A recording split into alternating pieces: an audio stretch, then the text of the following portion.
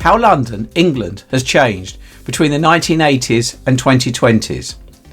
I took this picture in 1982 wondering what it was and why this building was so different to anything else I'd seen. I later found out it is Westminster Cathedral. In the 1980s, I was very concerned about the number of old buildings disappearing, so I photographed anything interesting that I came across. I've come back in 2023 to see what has changed and also what I missed. I've also delved into the history of the building, been up to the tower and walked round it to establish its considerable size.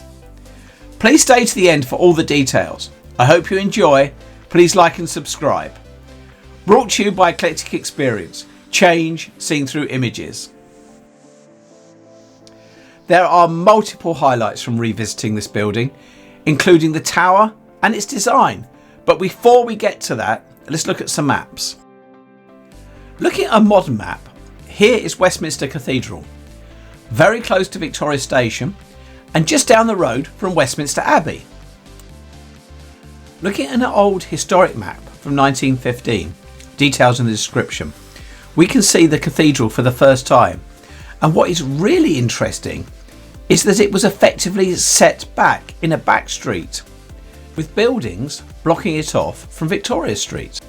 Amazingly, it was not until these office blocks were built in the 1970s that the plaza was created.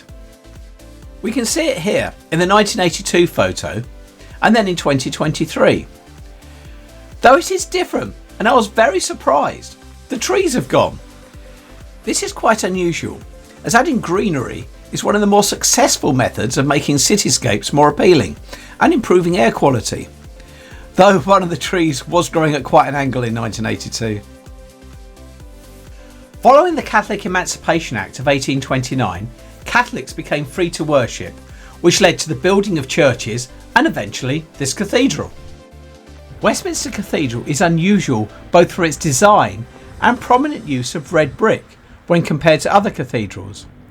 If we compare it to Westminster Abbey, literally just down the road, Westminster Abbey, which dates from the 13th century, is primarily built of stone in a Gothic style. As we see later, this contrast was very deliberate. The land used to build the cathedral previously housed Tothill Fields Prison, which closed in 1877. The land was purchased in 1884, with work starting in 1895 and finishing in 1903. Here is an image showing the rear of the cathedral in 1903. The image can actually be seen on a hoarding of the building next door, which is being renovated. Interestingly, as per the Westminster Cathedral website, the cathedral could not be consecrated, set aside for God, until all the debt on the building had been paid off, and this did not happen until 1910. The cathedral was designed in the Neo-Byzantine style, which incorporated ideas and design from the Byzantine style associated with the 5th to the 11th century Istanbul, previously Constantinople. By building in this style, it also meant that this cathedral doesn't look like a traditional English one, which was a deliberate decision to set this Catholic cathedral apart. It certainly looks noticeably different. One very clear difference that really stands out when looking down on the roof from the tower is the big green domes. These are not common on Anglican cathedrals. Another major difference is that it is primarily built of brick. This was the main building material of the Victorian period and was readily available, and also a lot cheaper and faster than building in stone. The building is big. It is 47 metres, 156 foot, by 110 metres, 360 foot. And the tower is a massive 87 metres or 280 foot tall. The tower is well worth a trip to the top. Tickets in 2023 only cost £6 for an adult and can be purchased on the day from the gift shop. No booking. This is the lobby at the top with views in 4 different directions, and it even has convenient slots in the railings to take pictures through. The views are great. Starting here with the Houses of Parliament, we move across views of the south, past the new developments in Vauxhall and onto Battersea, where we can clearly see the power station. By looking through all 4 windows, it really is possible to see 360 degrees. As we move to the next window, we can start with Battersea and carry on looking round, and so on, with similar views from the other 2 windows. Looking down at another view, we can also get a good look at the 1970s building that fronts Victoria Street and looks like it's constructed of big building blocks. Taking the lift back down, it is really worth then looking at the interior of the main cathedral. We can see a very interesting split in the way that the building is decorated.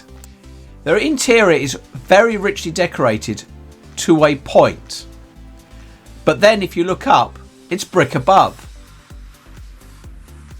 Very different to most British cathedrals, which tend to have more plain stonework, as seen here with Bath Abbey. Walking around, there are many interesting features, such as this balcony up here, where you can really see the contrast of the marble with the brickwork. Also, it was very interesting to see several real confession boxes, which a lot of people, unless they have attended a Catholic church, would not have seen before. On visiting the cathedral itself, I was very impressed, firstly, that it was free, and that visitors can also walk around whilst a service is actually going on. I was there whilst a Saturday morning mass was in progress. All that was asked was that you're respectful and don't take any photos or videos whilst the service is going on. The security staff were all very friendly and helpful. Now, this cathedral is actually the mother church to all Catholic churches in England and Wales, which again you would expect given its size and grandeur. To get an idea of that scale, I walked round the streets bordering the buildings. It is a big site. But one of the things that I did really notice is that it's the same style used all around the estate, and it does look very impressive. Coming back to the original 1982 photo and comparing it to 2023, 41 years later, the building is pretty much the same. Even the notice boards seem to be the same. The buildings on either side are also the same, but they were put up in the 1970s and are currently being refurbished, so that's not surprising. The only real change is on the plaza, with loss of greenery, as well as the obvious changes in cars and fashions of the people in the pictures. I've done a similar video that includes Westminster Abbey. If you'd like to take a look, the link is here. I hope you've enjoyed the video.